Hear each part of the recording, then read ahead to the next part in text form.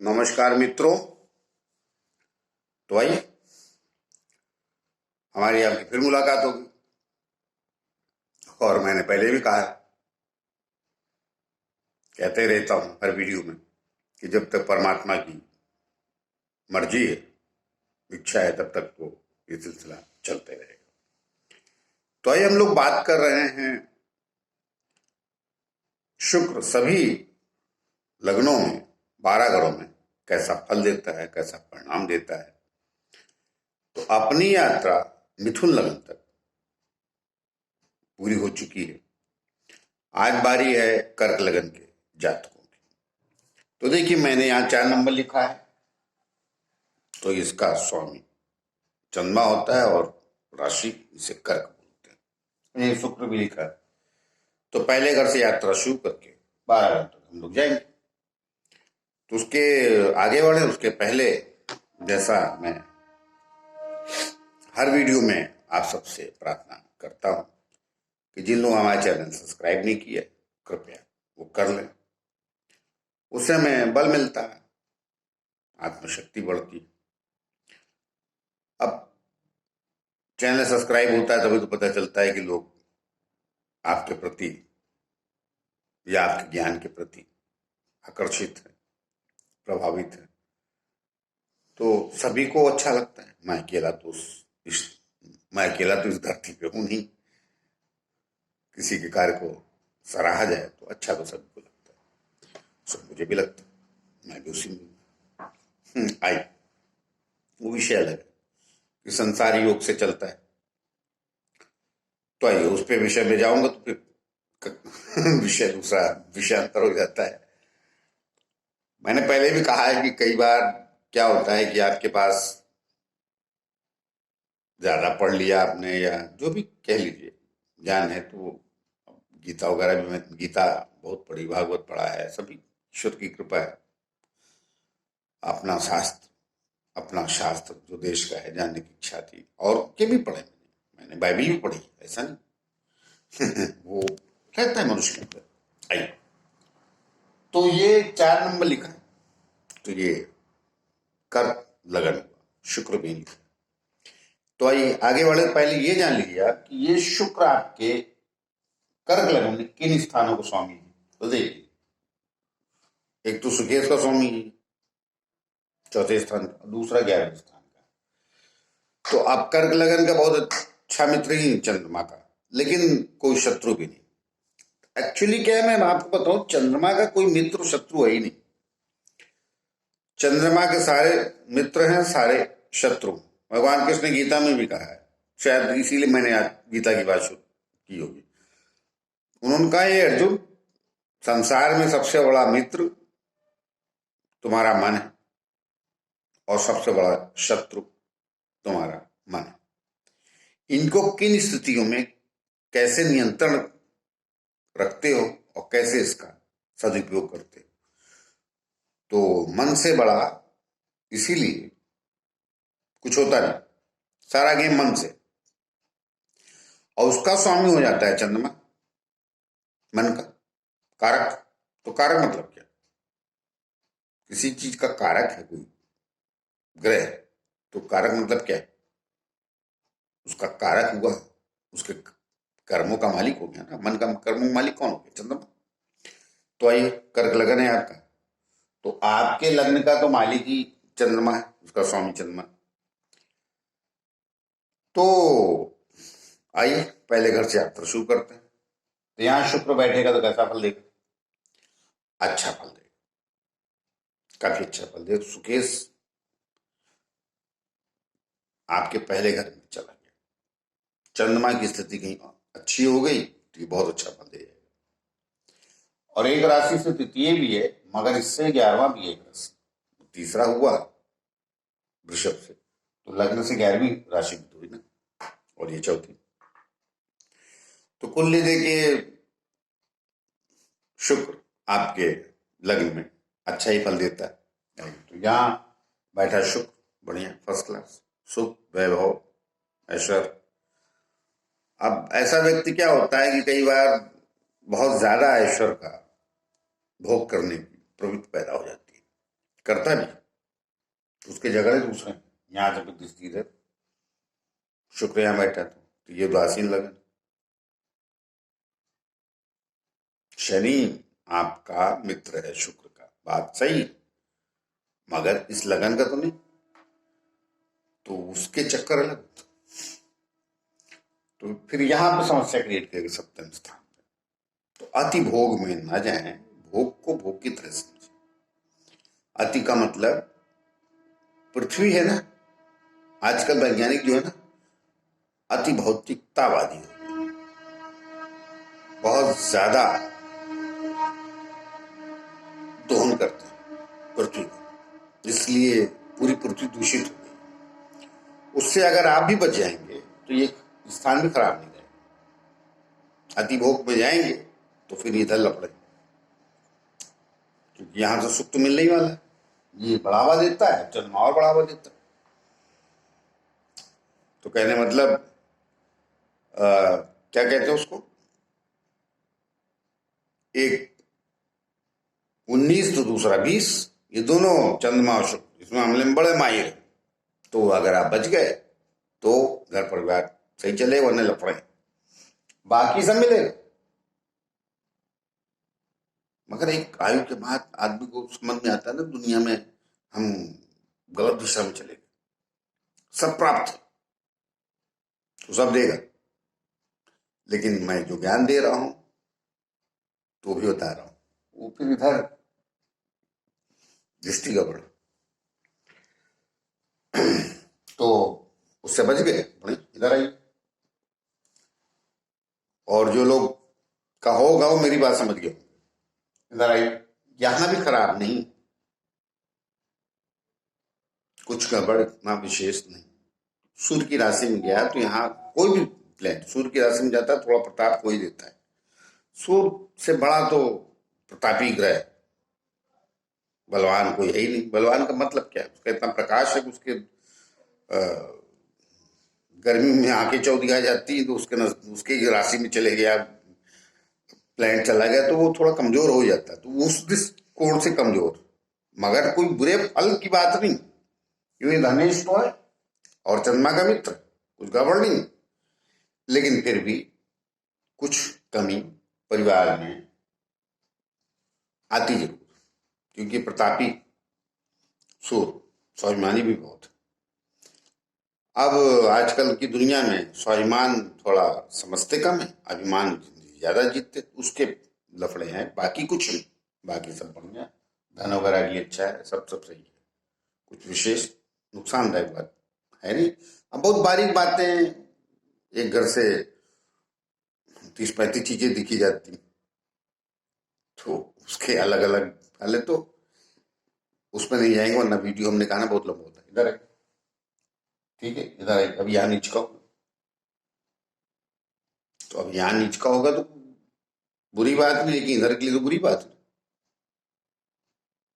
यहाँ के लिए मैं इतना बुरा नहीं मानू, लाभ के लिए, मगर इधर नीच का होने से तकलीफ ये है कि भाई बहनों को और आपके अपने कर्मठता के लिए और मित्रों के लिए उतने सहयोग नहीं मिलता है। और आम जन में तो भाई बहन बहुत देर से जन्मे, कई बार आपने देखा होगा कि आपकी आयु बहुत लंबी हो गई, भाई बहनों का अंतराल 7-8 साल, 10 साल, 5-6 साल, उसके लिए गड़बड़, बाकी और कुछ। अब ये भी गड़बड़ ही है, सारी मनुष्य की तकलीफ क्या है कि उसके हर चीज चाहिए संतुलन में, सब मिलती नहीं, क्योंकि स्वभाव संतुलन का लेके रखा नहीं मनुष्य ने आजकल, और पहले भी लेके रखा तो उनको भी नहीं प्राप्त होती, लेकिन वो संतुलन बैठा लेते थे, अर्थात सुख दुख में सम रहते थे। आज मनुष्य की स्थिति वो नहीं, चिड़चिड़ा हो गया मनुष्य, तो इसलिए यहाँ थोड़े से उस टाइम में कष्ट होंगे। कारण क्या है कि ये 12वें स्थान का मालिक बुद्ध आपका, तो इधर थोड़े थोड़े क्यों झंझट रहेगी। मैं बताऊं बात साफ, जो मैंने कहा है उसका इधर अपने घर कोई मतलब नहीं, फर्स्ट क्लास। जिन घरों में थोड़ी तकलीफ रहती, मैं उस घर को ज्यादा डिटेल से बोलता हूँ। यहाँ पे कुछ भी गड़बड़, अपने घर में लगने से चतुर्थ। और क्या की स्वाग रही मूर्ति कोण राशि में, केंद्र में, कर्म दृष्टि। मैंने शुक्र का जब से बता रहा हूं मेष राशि से लेकर, तो मैंने सप्तम दृष्टि है उसकी, उस पर ज्यादा चर्चा नहीं की। मैंने गुरु के उस पर ज्यादा की। तो गुरु के दृष्टियों में इसकी दृष्टियों में काफी अंतर है, विषय अलग है, तो विशेष प्रभाव वाली बात नहीं है। लेकिन फिर भी यहाँ बैठा है तो ग्रेट, सुख वाहन सब। ये आदमी वाहन का बहुत शौकीन हो जाएगा, गाड़ियों का, घूमने का शौकीन हो। घर है तो हर चीज श्रृंगार प्रिय जिसको कहते हैं, शरीर से लेकर घर तक ब्रांडेड लाइफ होती ना। आज की दुनिया में ब्रांडेड पकड़ ली, श्रृंगार भी समझ में नहीं आएगा शायद। ब्रांडेड हर चीज महंगी, तो ऐसा लेकिन मिलेगा, कोई तकलीफ वाली बात नहीं। अब आइए दादाजी, यहां भी बुरा नहीं, अच्छा, क्योंकि आपके लगन में मंगल जो है कुछ गड़बड़ नहीं करता, केन और त्रिकोण का सौंग, तो इस लगन में कुछ नहीं। वृश्चिक में पीछे दो तीन जो मैंने पीछे बोला है उसमें प्रॉब्लम, लेकिन यहाँ बढ़िया, कोई तकलीफ। इधर आइए, यहां भी इतना कष्ट ये नहीं देगा। कारण कि ये देखिए, छठे तो गया मैंने पीछे, छठे खराब बोला है इसको, तीनों लग्नों में, मेष वृषभ और मिथुन, लेकिन कर्क नहीं बोल। कारण दूसरा, ये क्या है कि ये मूल त्रिकोण राशि है, इसके लग्न में गुरु अकारक प्लेनेट नहीं। यहां बैठ के वो जो तीन लग्नों में इतना बुरा बोला है, यहां उतना बुरा नहीं करेगा। कारण क्या है कि ये मूल त्रिकोण राशि है इसकी और गुरु की, और यहां बैठ के थोड़े से शत्रुओं से, जिसको कहते हैं मैनेज वाली स्थिति पैदा करेगा, और समझौते जैसे कहते हैं हो जाएंगे, कुल लेते खराब नहीं। बाकी जो तीन लोगों में मेरे बोल उसके पीछे जरा यहाँ भी खराब नहीं। इतना गड़बड़ नहीं। कर ये आपके लग्न को तो देखता है, अर्थात चंद्रमा की राशि को तो देखता है, और सप्तम शुक्र इतना गड़बड़ नहीं होता है, लेकिन मैंने कहा है ना है वो दूसरे चक्करों में गड़बड़ होता है, लेकिन ये तो मकर राशि में तो शांत रहेगा। बहुत ज्यादा ऐश्वर्य की चाहत पाल लेता है आदमी। सप्तम स्थान स्त्री पुरुष का है, मतलब पति पत्नी का है, तो पार्टनर कई बार उसके अनैतिक संबंध तो मैं कह नहीं पाऊंगा, लेकिन वो कहीं ना कहीं अनैतिक दृष्टियां संबंध नहीं भी हो तो हो जाती, तो उसे लफड़ हो जाते हैं। लेकिन मकर राशि में गया तो इधर थोड़ा बचने के चांस, वो उदासीन रहता है थोड़ा सा, इसलिए बचा लेता है, तो घर फैमिली चलती रहती है। यहाँ शुक्र स्वराशि का बैठा है, मैंने मेष में गड़बड़ी बोला है, तो यहाँ इसमें ठीक, कुछ परेशान होने की जरूरत नहीं। लेकिन इसके जो दुर्गुण है उसका ध्यान तो रखना ही पड़ेगा। दुर्गुण क्या है? अति ऐश्वर्यवान है ना ये शुक्र, गुरु नहीं, गुरु ऐश्वर्यवान नहीं, ज्ञानी विवेकी, मगर ये ज्ञानी विवेकी के साथ ऐश्वर्य रखता है, तो थोड़ा बच जाएंगे, तो कुछ गड़बड़ नहीं। यहाँ का अष्टम में ये दुखी ही रहता है। क्या होता है कि वो मिलता नहीं, जो डिमांड है सुख की, तो अनैतिक कार्य में चला जाता है। जबकि मैंने कुंभ राशि में किस कम बोला है कि प्लेनेट गड़बड़ करते हैं, लेकिन यहाँ है सुकेश अष्टम में गया, वो आप जो डिमांड कर रहे हैं वो मिलेगा नहीं, वो आप तड़पड़ाएंगे। तो अनैतिक कार्य कई बार कर बैठता है। अनैतिक कार्य कई मीनिंग अलग अलग होते हैं, उसको सुख उतना मिलता नहीं, डिमांड बहुत है, और ऊपर से कर्क लगन, मन की भी वही है, इसकी भी वही है, और गया अष्टम में, उभर नहीं पा रहे हैं आप खड्डे से, गड्ढे से, तो फिर वो चक्कर अलग। बच जाइएगा उससे, वरना ये बहुत कष्ट देके जाएगा। आइए इधर, अब ये बताइए उच्च का हो गया यहाँ पे भाग्य स्थान। तो भाग्य स्थान में उच्च का हो गया, अच्छी बात है। तो उच्च के भाग्य को बली बनाएगा, यहाँ अच्छे फल देगा, इसमें कोई दो राय नहीं। ऊपर से इस लग्न में ये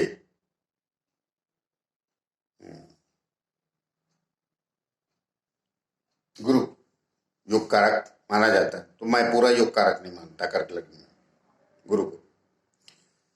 और यहाँ उचका हुआ, मगर कहां से उचका हुआ? ये अपने के स्थान से छठे भी, तो उच्च के कष्ट भी देगा। अब हाफ पीरियड के लिए देगा, आधे आधे, वो विषय अलग। लेकिन आप पूरी तरह इसको अच्छा माने, मैं नहीं मानूंगा। क्या है कि ये शुक्र की समस्या है, ये है कि अपने मूल त्रिकोण राशि से छठे उच्च का हो जाता है।